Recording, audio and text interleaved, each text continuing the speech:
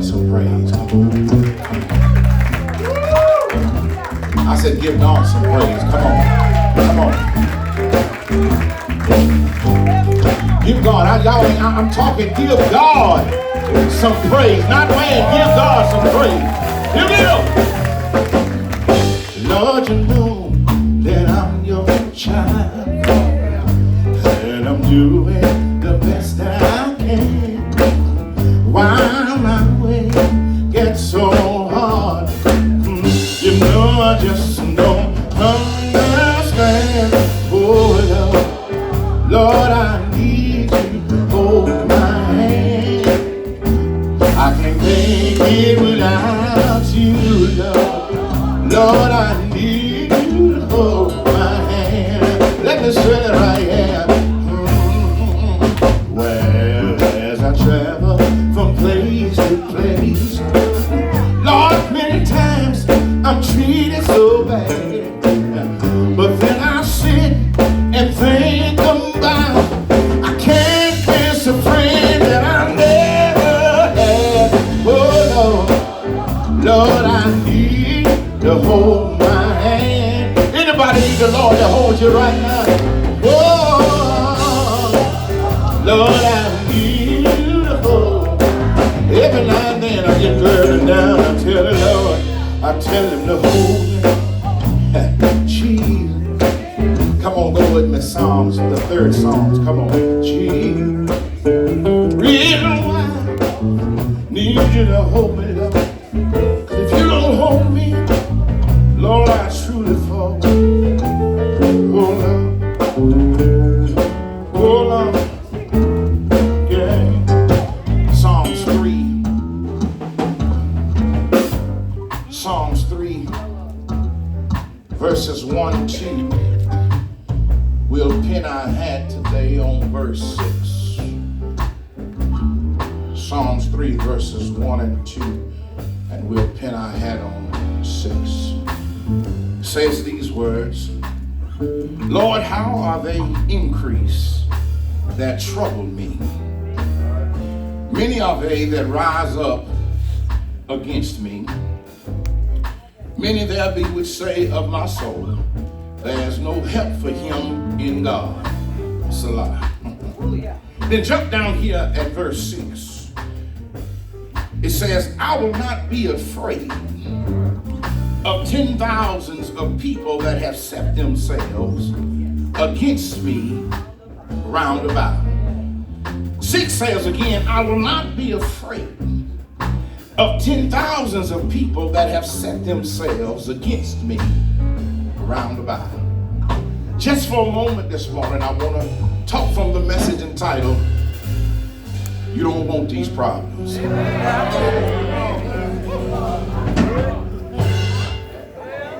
You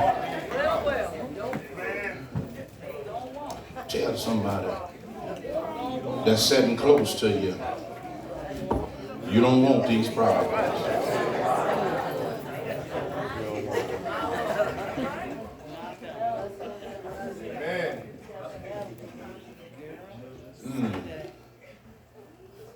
All 150 Psalms in the book can play intimate parts in our lives. For one of the great Old Testament philosophers, Walter Brueggemann, says that the book of Psalms is in 3 entities. One of that being orientation, one being disorientation, and one being reorientation. He says that all 150 Psalms falls in one of those categories. Orientation is being that of which that everything is good. He says orientation is that when you and God are on one accord. Amen. To where you not only are praising him, but you are worshiping him. All right. He said it's them days where the sun is shining and there are no clouds in sight. All right. And then he says that the second part is called disorientation. And disorientation is that time in your life to where your entire life is discombobulated. To the point that you don't know whether you're going or coming. That's that time in your life where you fix your washer and then your dryer breaks down. I wish somebody could witness with me. That's the time in your life to where things are not clear to you. You're just like the blind man we talked about last week, to where God has given you sight, but it's a blurry sight. Come on now. To where he's answering, but you still don't know what to do. Is it anybody here that have ever been in disorientation? That you try, and every time you seem like you're stepping forward, somehow you're always getting knocked back. I'm talking about them days to where you're crying and ain't nobody need you no harm. Or them days where, have you ever been down enough, and I can only speak about me, have you ever been down enough to the point in your life to where sermons and hymns and prayers don't seem to do you no good? I'm talking to some real folk. Y'all know church is the only place that hold Halloween all year long. Oh, y'all ain't talking to me. This is the only place where you'll wear a mask all year long. But today I want you to take your mask off and let's just be real and talk. I need some real folk in this house today that can witness with me and say that there has been some times in my life to where prayer, sermon, hymn, song, best friends, church could not do me any good. Am I talking to anybody in here? And just to be honest with you, there was some times when some stuff was going on. I didn't want to hear no choir. I didn't want to hear no scripture. I didn't want to hear no sermon. I didn't want to hear no prayer. Is it anybody in here that would just take the mask off and say, yeah, I done been there myself? Oh, some folk that take the mask off. I've been there. Why didn't they?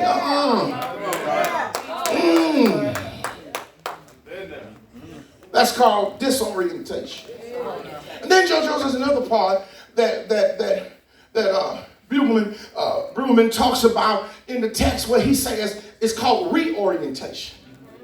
He says that's the part in Psalms to where you come through disorientation.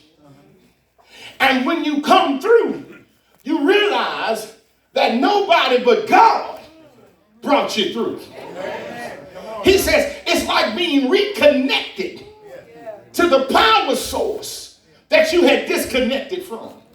Now, those of you that witness with me that there has been some times in your life to where sermon prayers and hymns you did not want to hear. But I need some of you also to witness with me that when the storm was over and the battle had been fought and the victory had been won, that you look back over your life and say, if it had not been for the Lord who was on my side, I'm going to get to the text, but I need some folk that can say, if it had not been for the Lord on my side, even though, and this is what I'm glad about, V, even though I disconnected from God, God didn't disconnect from me. Y'all ain't hear what I'm saying. Is it anybody in here that has been reoriented? I wish I had some folk and say, yeah, baby, I've been through some stuff, but now I realize that nobody but the Lord brought me through it. Can I get about 20 on this side? Y'all seem like y'all want to have a little more church. Can I get 20 on this side that can thank God for what he's already brought you through?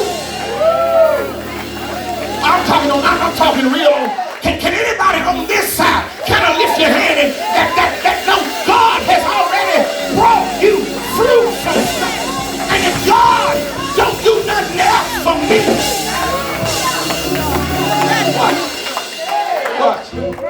Yeah, but I stopped by to tell you, you don't want these problems.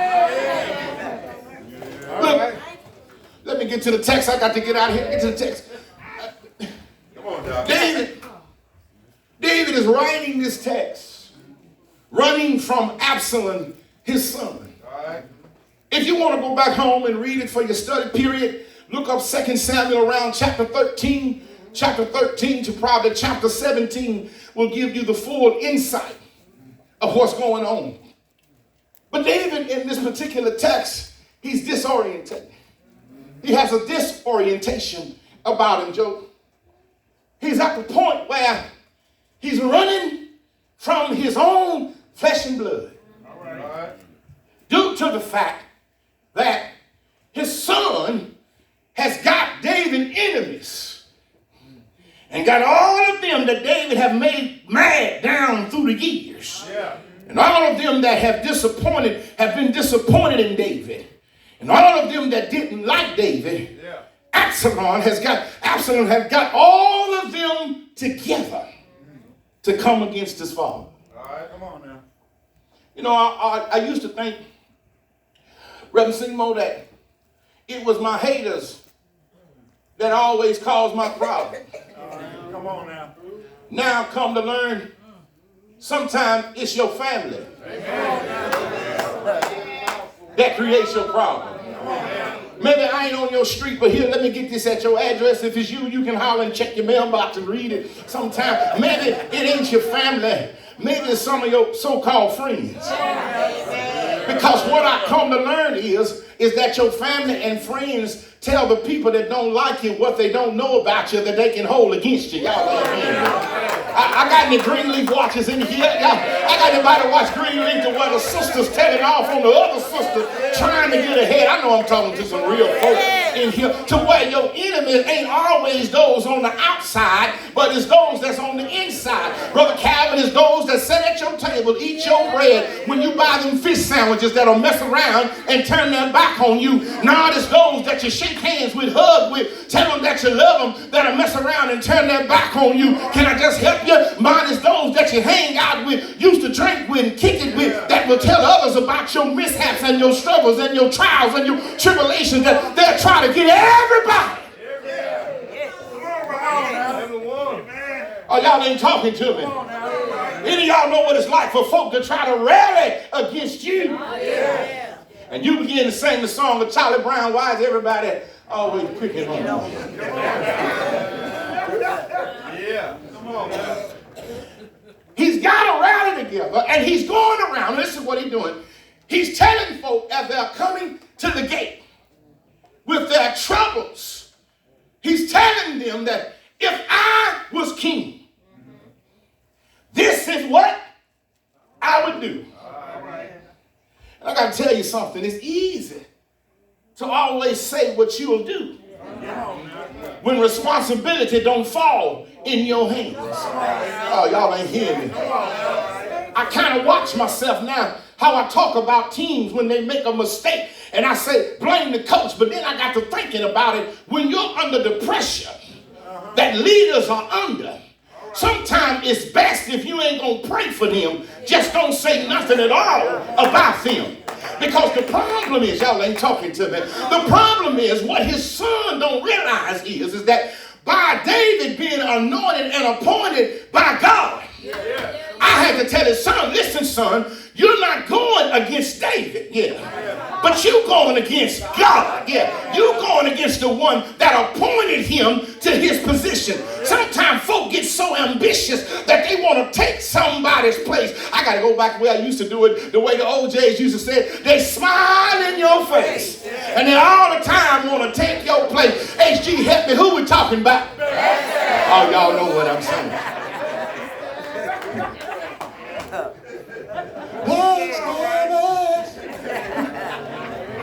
All right. Come on now.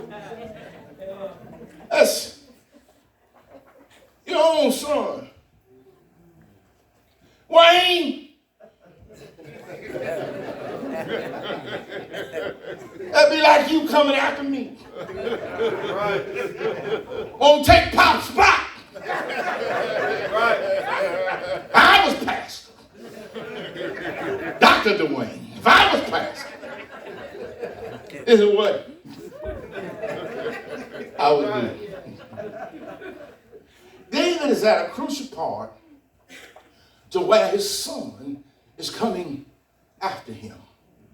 And David sits down and writes this song.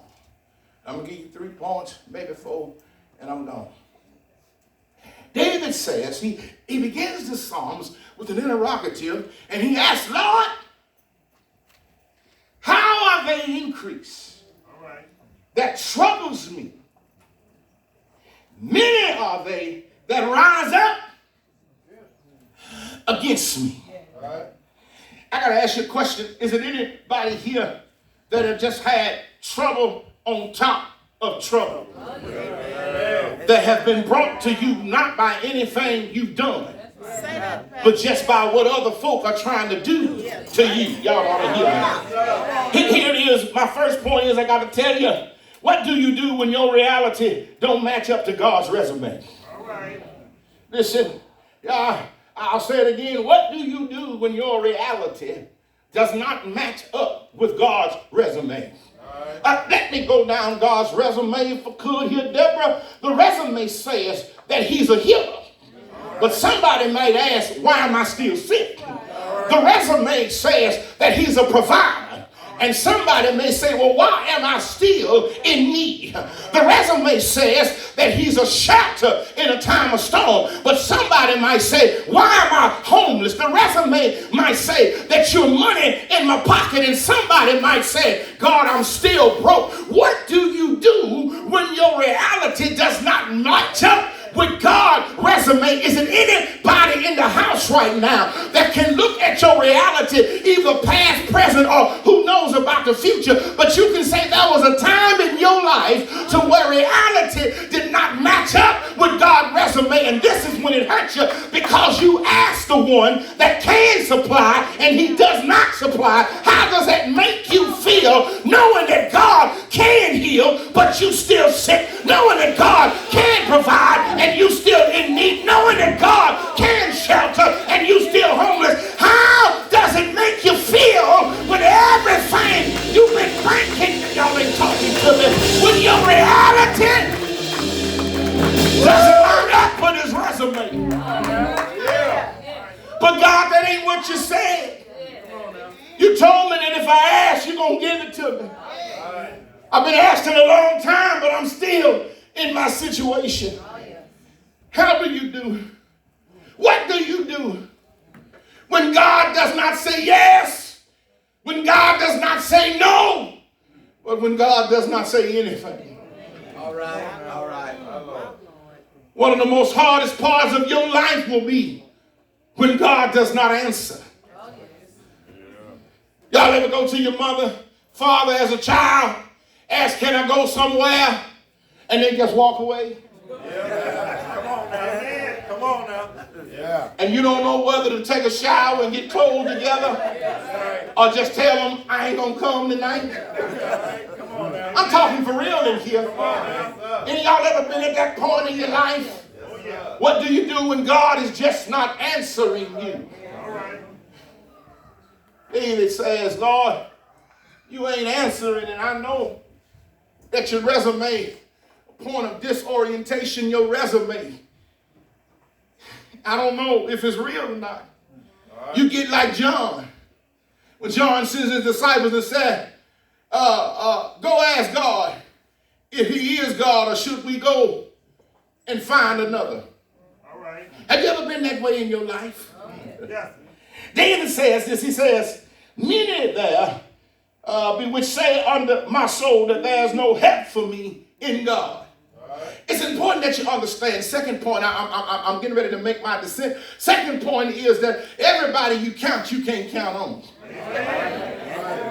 I think I helped somebody right there. Somebody ought to holler at me right there. Somebody look at somebody, because maybe they were sleeping and nodding, but you tell them, baby, everybody you count, you can't count on. Tell them, look, tell them, look at them and tell them, baby, everybody you count, you can't count on. There are some folk that David thought he could count, but he couldn't count on. Is any of y'all got some folk that's in your circle but ain't working in your circle? Anybody got some folk that watch you fall but won't help you get up? Anybody got some folk that know you're in need and still won't give to you? Anybody got some folk that talk a good game but do absolutely nothing in the midst of the storm? Anybody got some folk that you can count but you can't count on? Any of y'all got some so-called friends that said, I got your back, but they was way over yonder somewhere? Anybody got, listen, real friends, I don't have to call and tell you to come. Because real friends will tell you I'm already on my way. And when you really got a real good friend, they'll be sitting there waiting on you when you get there. I got anybody that can witness with me that there are some folk that you can count, but you sure can't count on them. Anybody in here been disappointed in your life because you thought you had somebody that you could count on, and what you learned it was only somebody that you could count. Holler at God, holler at God. Say, God, yeah. Holler. Man, I wish I had some church folk up in here. Holler at God. God, listen, I know. Man, I would trust him with my life. I can count them, but I learned I can't count on them. Real friends don't make excuses why they ain't been there. Y'all ain't hearing me. Somebody that you're loving close to, there's no excuse why you're not there.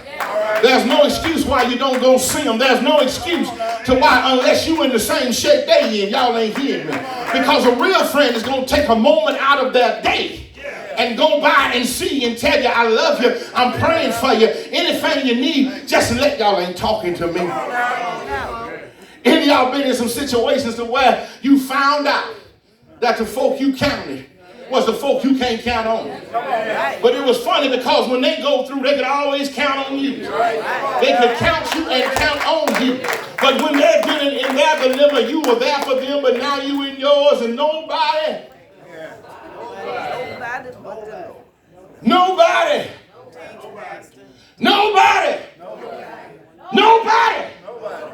Can I help you? Half of them are happy that you're dealing with some mess.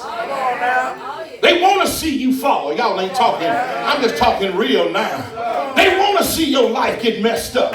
Some of the ones that say they love you are jealous of you. Yeah, they can't wait for something bad to happen to you. They act like God is punishing you for something that you did. But I heard you that the Bible says that it rains on the just as well as the unjust. So just like the unjust get a little rain, some of us that are just, we're going to get a little rain too. Listen, I wish I had some help in here. Tell your neighbor, say, God will make a way. Thirdly, I'm done. David's at a point of disorientation. But then he gets out to verse 6. David said, he gets reorientation here. He says, I will not be afraid of 10,000s of people that have set themselves against me round about. David says in verse 6, here your third point is I got to go. That is, don't let my image get you mixed up with my ability. David says this, don't let my image get you mixed up with my ability. Come on now. David says this, I got an image now because it looks like I'm running from Absalom. All right. And David said, yeah, I'm running. But let me just put a pin there. I had to call David, and David didn't call me back. But God said David sent a text message in the book. David says that tell Absalom, tell everybody, just because you see me running, don't mean that I'm afraid. So many times people will get your cuteness and your meekness mixed up. I always tell folk, don't worry about the Bible. Don't let this Bible fool you. Because I always tell them, I buried my gun, but I know where it's at. And the short David was telling everybody, look, you don't want these problems. Because, let me help you here, he said, because, see, I'm not afraid of you, he said, because I killed, God has allowed me to kill a lion. He says that he's allowed me to kill a bear. David said, I've killed giants in my life. He said, did you not hear the latest pop song years ago when they said David has killed thousands upon thousands of men? He said, that was a #1 hit. He said, so Absalom, I want to tell you, don't get it twisted because you see me running. He said, I'm not running because I'm afraid of you. He said, really, I'm running because I don't want to hurt you. If anybody here need to tell somebody, don't get fooled by what you see right now. Don't let my meekness fool you right now. Don't let my humbleness fool you right now. Don't let my quietness fool you right now. Don't box me in a corner somewhere, because if you put me in a corner up against the wall, I'm gonna tell you, you don't want these problems. Is there anybody here can tell the enemy you don't want these problems? I tell y'all, as I close here, Barry, I can be like Popeye the Sailor Man. Yes, I can. Popeye had a woman that he loved named Olive Oil. Y'all don't hear me? This is Olive Oil right here. Popeye said in this thing, he loved Olive Oil. Yeah, and Popeye would put up with a whole lot of mess. Yes, he would. You could talk about Popeye and that wouldn't bother him. You could hit Popeye and he'd let that slide. But that was a man by the name of Brutus. Y'all ain't hearing me. And Brutus had a way to get to Popeye. And y'all know what that was.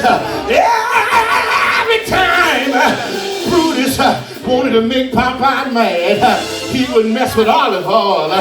Here, lady, y'all ain't hearing me. And when Popeye had took all he could, he would reach down in his bosom and pull out a can of spinach. Y'all ain't hearing me. He'd reach down in his bosom and pull out a can of spinach. And he would open that spinach and take that spinach. But before he took it, he would tell him, I done took all's me cane, and I can't take no more. Does anybody know what I'm talking about? Yeah. And I found out in life that I have a Popeye moment. When you mess with my boo, or mess with my family, I don't have a can of spinach, but I reach way down and pull out my Bible. And my Bible will feed me everything I need. My Bible says I'm more than anybody when I got God on my side. And I tell you, I done took all I can, and I can't take no more.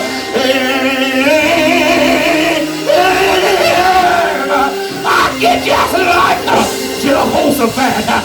Stand still and see the salvation of the Lord. Is there anybody here that can wave your hand?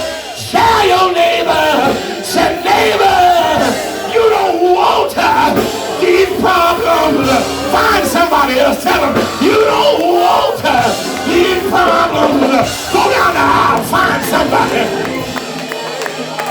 Look at them, tell them real good. Yeah, tell them,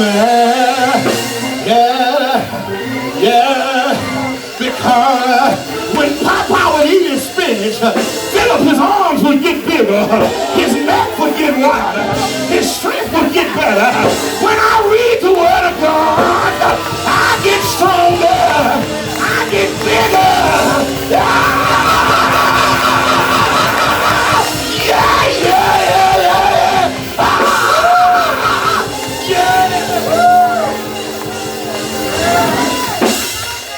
God bless you. God bless you.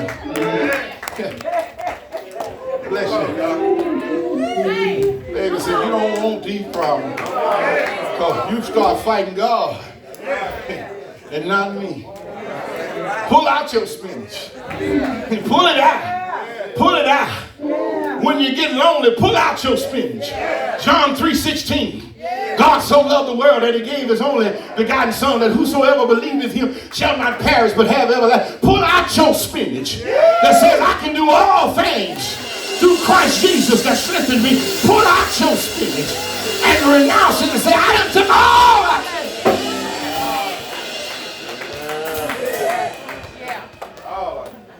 Yeah. Say that, Pastor. Yeah. Those are the churches. That's all right. Yes. That's all right. Yes. Great teaching, Pastor. Yeah. Yeah. Anybody? Girlfriend? Yeah. I know you laying over there.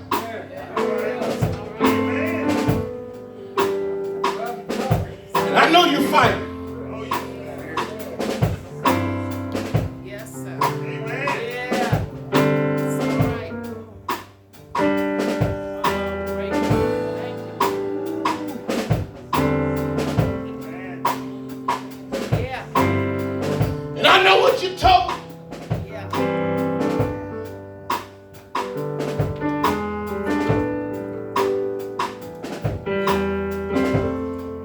It's all right. Yes, sir.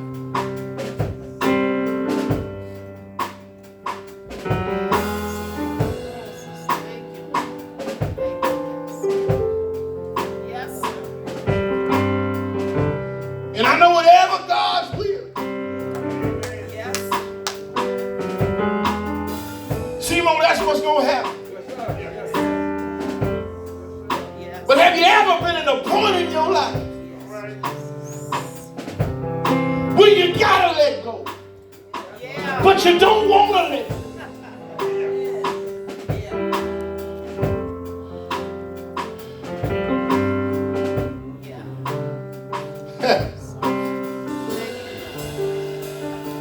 Until we hear anything different, girlfriend,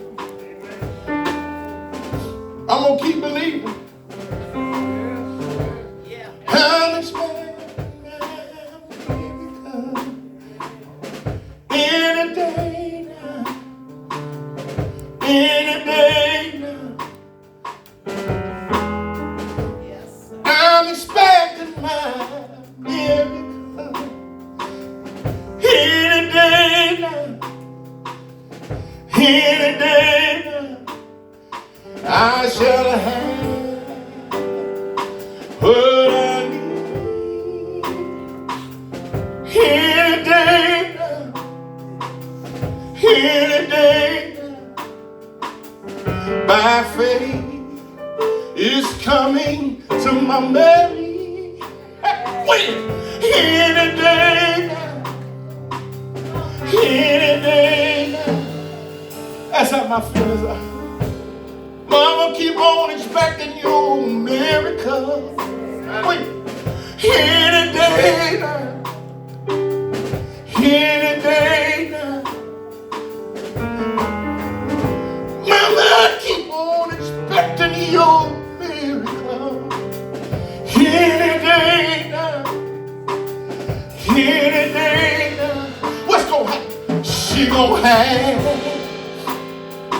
what she need. When she gonna get in the body? Any day now. Any day now. How she gonna get it? By faith. She's gonna receive.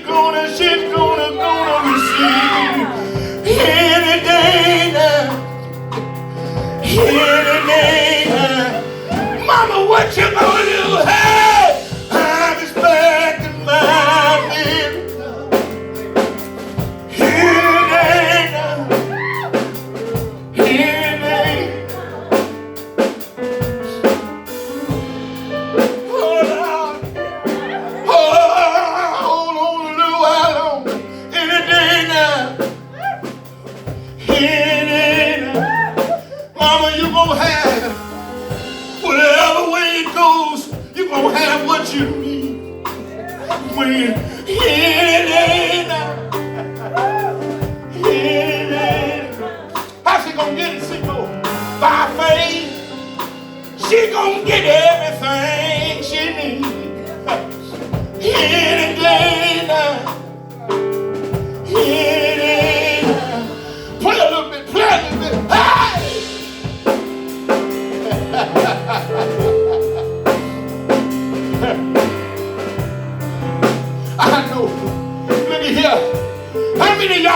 God is able in the building?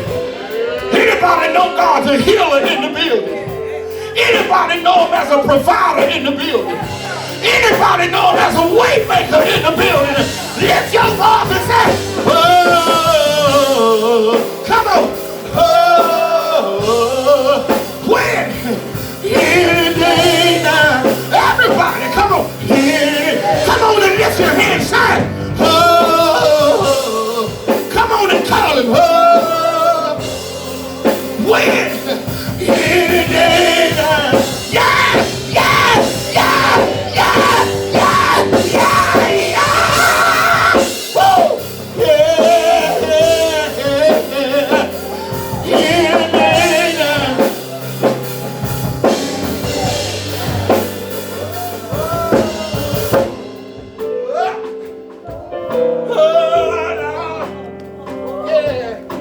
Any day now.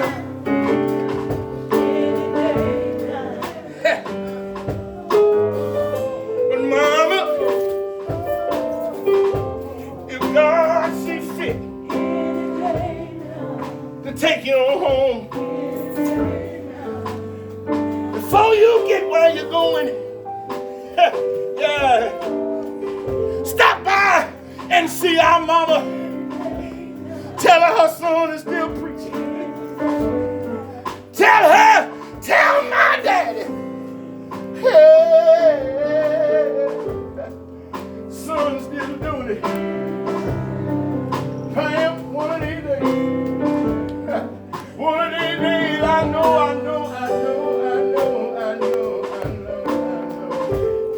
If we live right, we're gonna see him again. Is anybody in the building? And I'm done. You got somebody you want to see again?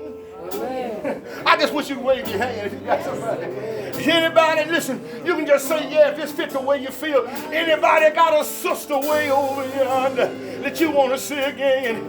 Anybody got a brother way over yonder you want to see again? Anybody got a father you want to see again? Anybody got a mother?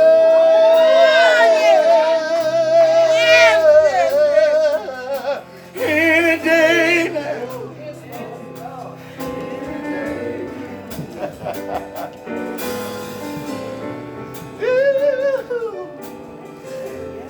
It's coming.